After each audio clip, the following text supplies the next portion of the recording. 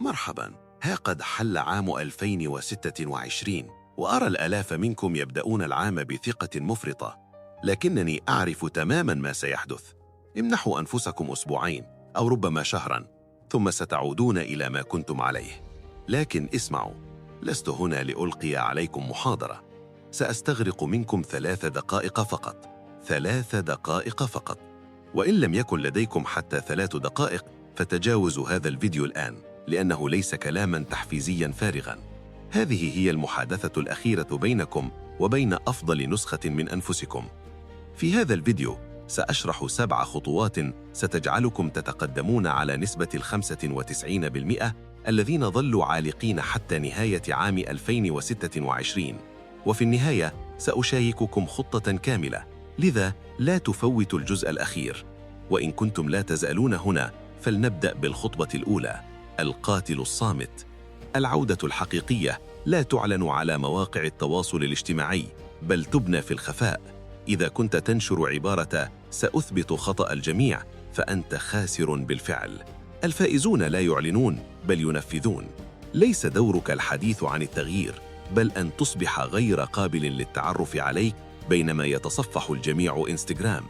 ثانياً، دمر من كنت كذلك. يتذكرك الناس كشخص كسول في مجال الموسيقى، عاطفي، يبدأ ولا ينهي. وإذا استمريت على هذا النحو فستكون عودتك مستحيلة. تخلى عن تلك النسخة. شخصيتك الجديدة لا تحتاج إلى إذن لتكون عظيمة. ثالثاً، تحكم بنفسك. أخطر شخص هو من يسيطر سيطرة كاملة. تحكم في غضبك، تحكم في وقتك. إذا كان إنستغرام يسيطر عليك، إذا كانت الراحة تملكك، فأنت لست مستعداً لعام 2026. لا تتفاعل مع كل شيء، لا تخض كل معركة، اختر حروبك. هذه هي القوة. رابعاً، استعد شغفك. أنت لست كسولاً، لقد جعلت الموسيقى مريحة. لقد نسيت شعور الرغبة الشديدة في شيء ما لدرجة أنها تبقيك مستيقظاً طوال الليل. العودة الحقيقية تحتاج إلى استعادة تلك الشرارة، شغف الاحترام، شغف إثبات خطأ نفسك، شغف أن تكون فخوراً أخيراً عندما تنظر في المرآة. إذا كنت بالكاد تمضي أيامك فأنت ميت من الداخل. خامساً، اختفي تماماً. تبدأ العودة عندما يلاحظ الناس تغيرك. أنت تتحدث أقل، أنت غير متاح، أنت مشغول. هذه إشارتك. توقف عن التواجد في كل مكان، توقف عن الرد على كل شيء. مستقبلك لا يبنى على المحادثات الجماعية وأقسام التعليقات. اختفي لتظهر أقوى. 6. العمل الخفي.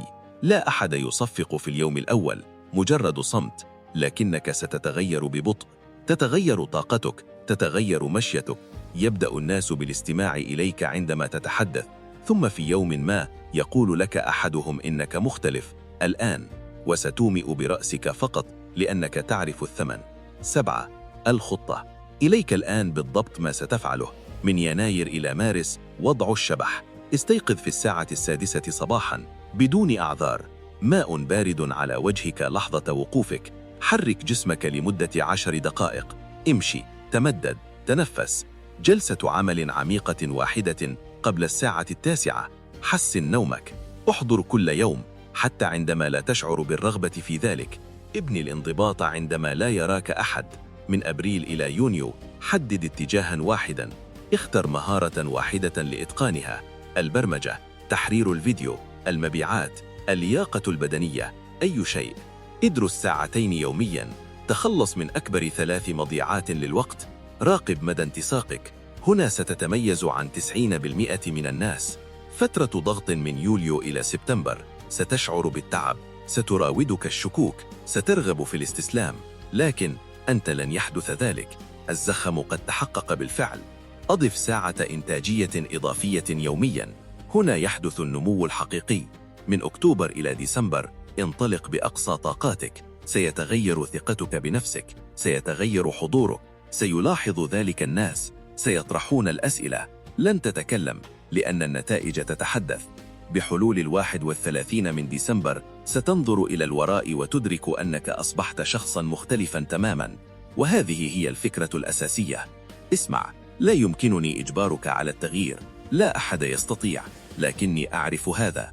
شخص ما يشاهد هذا سيفعل ذلك بالفعل، وفي غضون 12 شهراً سيبدو حياته مختلفة تماماً، بينما لا يزال الآخرون يخططون. يمنحك عام 2026 365 يوماً لتثبت لنفسك أنك لم تنتهي بعد. لذا توقف عن انتظار اللحظة المثالية، ابدأ الآن، لأن الوقت لا يكترث لمشاعرك ولا لمستقبلك. وإذا كنت مستعداً فعلاً لتغيير حياتك فاكتب سأبدأ اليوم.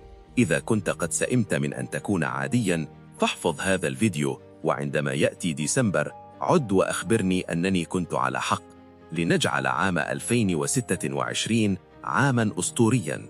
أراك في القمة.